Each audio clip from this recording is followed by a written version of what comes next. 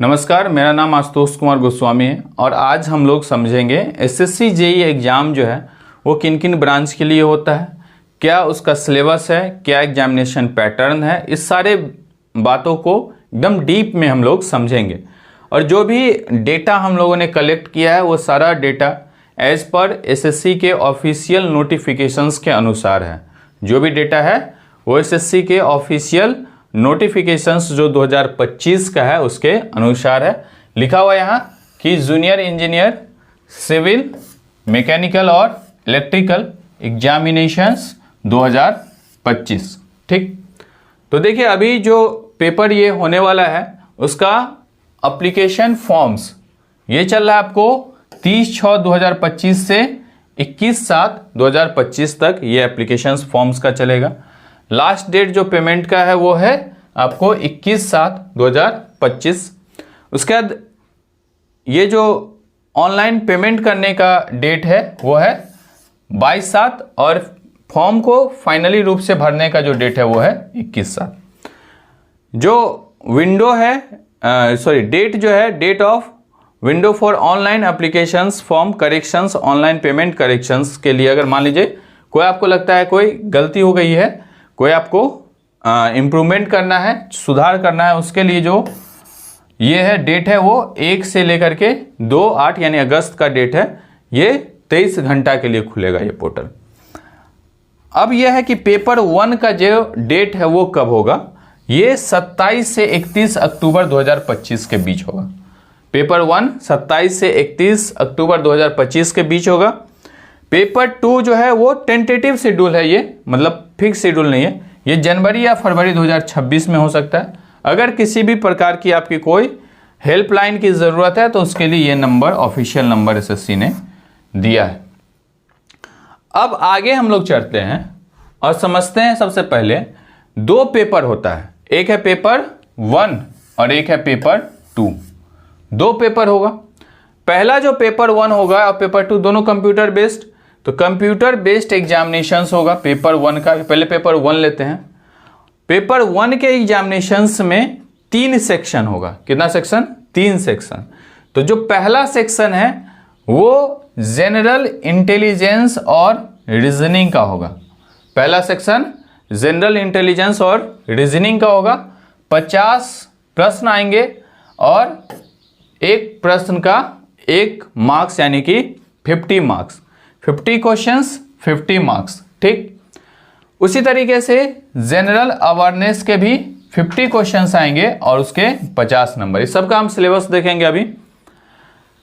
इसके बाद जो तीसरा सेक्शन है, मतलब तीसरा पार्ट है पहले CBT 1 के, वो उसमें 3 सेक्शन है। 3 सेक्शन यानी कि अगर कोई सिविल और स्ट्रक्चर का बच्चा है तो उसके लिए पार्ट 1 यानी कि जनरल इंजीनियरिंग आएगा सिविल का। उसी तरीके से जनरल इंजीनियरिंग आएगा इलेक्ट्रिकल का। उसी तरीके से जनरल इंजीनियरिंग आएगा मैकेनिकल का। इसका आएगा 100 क्वेश्चन यानी कि 100 क्वेश्चंस इसका 100 मार्क्स का। तो इससे पहले देखिए, इससे पहले एक 50 और एक 50, 50 100 और 100 यानी कि जो पेपर 1 होगा वो 50 और 100 यानी कि 200 मार्क्स का होगा। पेपर 1 कितने मार्क्स का? 200 मार्क्स का। 200 क्वेश्चन 200 मार्क्स का। ठीक, अब इसके लिए जो समय दिया हुआ है वो कितना घंटा है? 2 घंटा है। यानी कि 200 क्वेश्चन और समय कितना? 2 घंटा यानी कि 120 मिनट। ठीक है, 200 क्वेश्चंस और 120 मिनट। ठीक, उसी तरीके से अब ये है पेपर 1 का कहानी।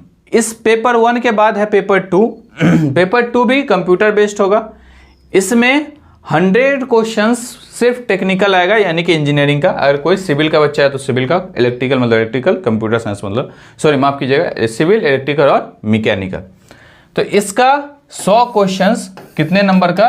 300 का। यानी एक क्वेश्चंस कितने मार्क्स का? 3 मार्क्स का। टाइम कितना है? तो टाइम रहेगा इसमें भी 2 घंटा। तो पहले सेक्शंस में 200 क्वेश्चंस, समय 2 घंटा। उसी तरीके से दूसरे सेक्शंस में 100 क्वेश्चंस 300 नंबर का, समय 2 घंटा। अब यहां पे हम लोग समझे कि पेपर 1 और पेपर 2 जो होगा वो ऑब्जेक्टिव टाइप का क्वेश्चंस आएगा। कैसा आ जाएगा? ऑब्जेक्टिव टाइप का questions, multiple choice questions only. The questions will be set in Hindi और इंग्लिश, दोनों भाषा में क्वेश्चंस आपको देखने को मिलेगा। इसके बाद यह है कि there will be a negative marking of 0.25 marks for each wrong answer in paper 1। यानी कि पेपर 1 में 0 पॉइंट मतलब एक नंबर में 0.25 निगेटिव मार्किंग है। यानी कि अगर आप 4 गलती करते हैं तो 1 नंबर जो है वो खत्म हो जाएगा। ठीक, उसी तरीके से पेपर 2 में जो है कैंडिडेट को ध्यान रखना है कि पेपर 2 में निगेटिव मार्किंग ज्यादा है, 1 नंबर चला जाएगा आपका अगर आप 1 गलती करते हैं तो। ठीक है ना, 1 marks for each wrong answers in paper 2। यानी कि एक क्वेश्चंस 3 नंबर का है और 1 गलती करते हैं तो 1 नंबर चला जाएगा। यानी कि इसमें जो निगेटिव मार्किंग है वो है 33%, है ना, 33.33% एक्चुअली में 1/3 यानी कि 33.33% इसमें निगेटिव मार्किंग है। और पेपर 1 में निगेटिव मार्किंग है 25% का। ध्यान रहेगा बात कि पेपर 1 जब आप देने जाएं तो ये दिमाग में लेकर के चाहे 25% निगेटिव मार्किंग है, पेपर 2 में 33.33% निगेटिव मार्किंग है। अब ये आते हैं कि पेपर 1 में 3 सेक्शन बताएं जनरल रीजनिंग का। उसके बाद 3 पार्ट में पेपर 1 डिवाइड है। जनरल रीजनिंग, ठीक है, सॉरी जनरल, यहां से देखिए जनरल इंटेलिजेंस और रीजनिंग, जनरल अवेयरनेस और टेक्निकल, ठीक है ना, जीएस, जीए और टेक्निकल। अब हम लोग समझते हैं यहां से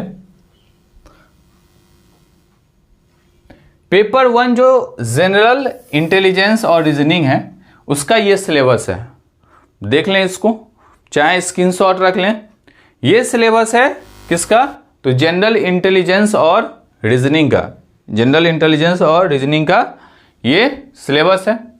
इसके बाद फिर ये जो है वो सिलेबस है जनरल अवेयरनेस का, ठीक है ना, जिसमें वो ये टेस्ट करना चाह रहा है कि उसको कैंडिडेट का जनरल अवेयरनेस है कि नहीं है, इन्वायरमेंट के अराउंड या फिर कोई घटना घट रहा है सोसाइटी में वो किस तरीके का है, तो उससे जो क्वेश्चंस है वो फ्रेम होते हैं।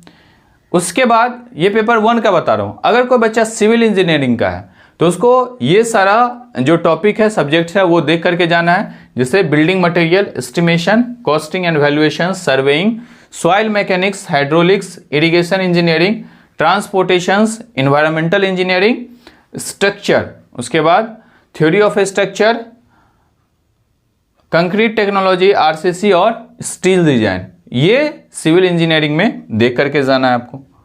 इसके बाद अगर इलेक्ट्रिकल में है आप तो बेसिक कंसेप्ट सर्किट का जो लॉ है वो, मैग्नेटिक सर्किट्स के बारे में, एसी फंडामेंटल्स, मेजरमेंट और मेजरिंग इंस्ट्रूमेंट्स के बारे में बढ़िया क्वेश्चंस, एकदम आसान आसान क्वेश्चंस आता है। इलेक्ट्रिकल मशीन्स के बारे में, फ्रैक्शनल किलोवाट मोटर्स के बारे में,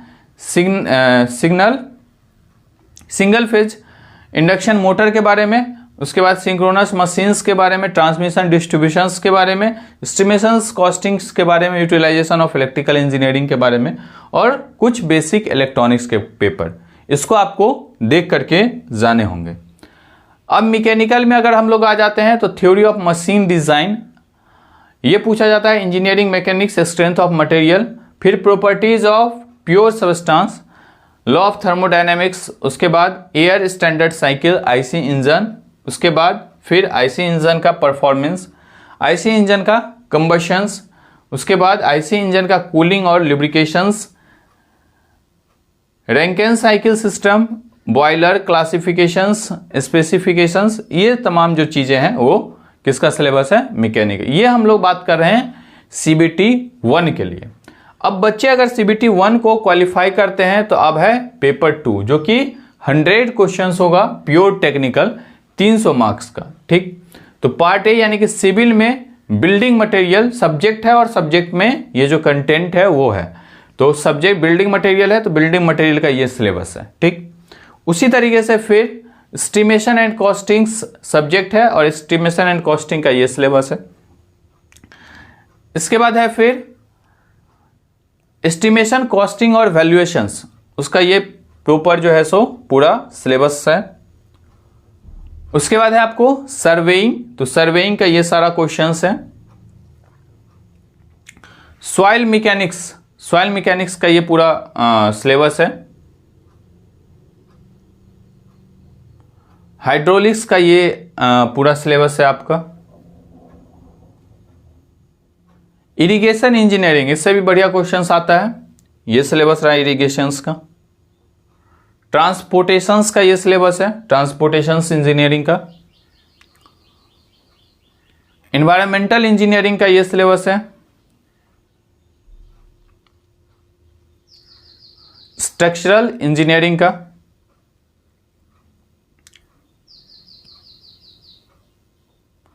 कंक्रीट टेक्नोलॉजी का ये सिलेबस रहा। आरसीसी डिजाइन का ये पेपर है।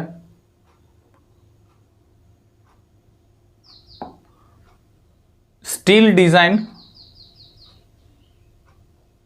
अब आते हैं दूसरा सेक्शन यानी कि पार्ट बी, जो इलेक्ट्रिकल इंजीनियरिंग के स्टूडेंट्स हैं उनके लिए। तो बेसिक कंसेप्ट्स से कुछ क्वेश्चंस आएंगे, सर्किट लॉ और मैग्नेटिक सर्किट्स। इसके बाद है एसी फंडामेंटल्स, मेजरमेंट के ये क्वेश्चन, ये सिलेबस। उसके बाद है मशीन्स का ये पेपर है आपको। उसके बाद इलेक्ट्रिकल इंजीनियरिंग सिंक्रोनस मशीन से ये सिलेबस रहेगा। उसके बाद है जनरेशन, ट्रांसमिशन एंड डिस्ट्रीब्यूशंस का ये सिलेबस है।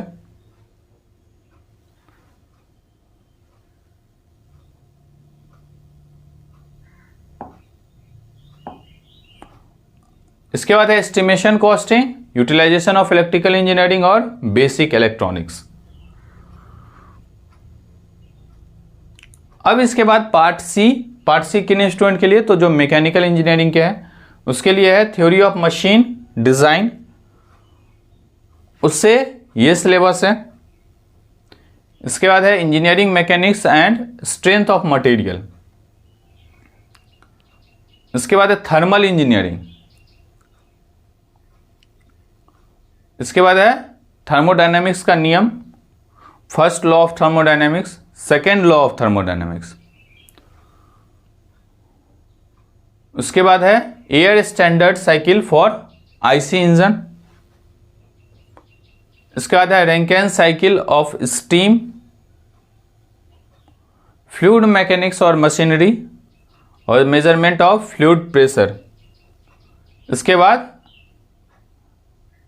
डायनामिक्स ऑफ आइडियल फ्लूइड्स का क्या बर्नौलीज पे जो क्वेश्चंस बनते हैं, और फिर centrifugal pumps, classifications of steel, और उसके बाद है फिर क्लासिफिकेशन ऑफ स्टील्स में डिफेक्ट्स क्या है, कास्टिंग का प्रोसेस क्या है। ये सारा जो सिलेबस है वो है मैकेनिकल इंजीनियरिंग का। तो हम लोगों ने देखा कि एग्जामिनेशन पैटर्न क्या है, उसके बाद निगेटिव मार्किंग का क्या शेड्यूल है, किस तरीके से है, पार्ट 1 यानी CBT 1 का क्या सिलेबस है और CBT 2 का क्या सिलेबस है। तो ये सारा पैटर्न्स हम लोगों ने सीखा। चलिए, ओके, थैंक यू।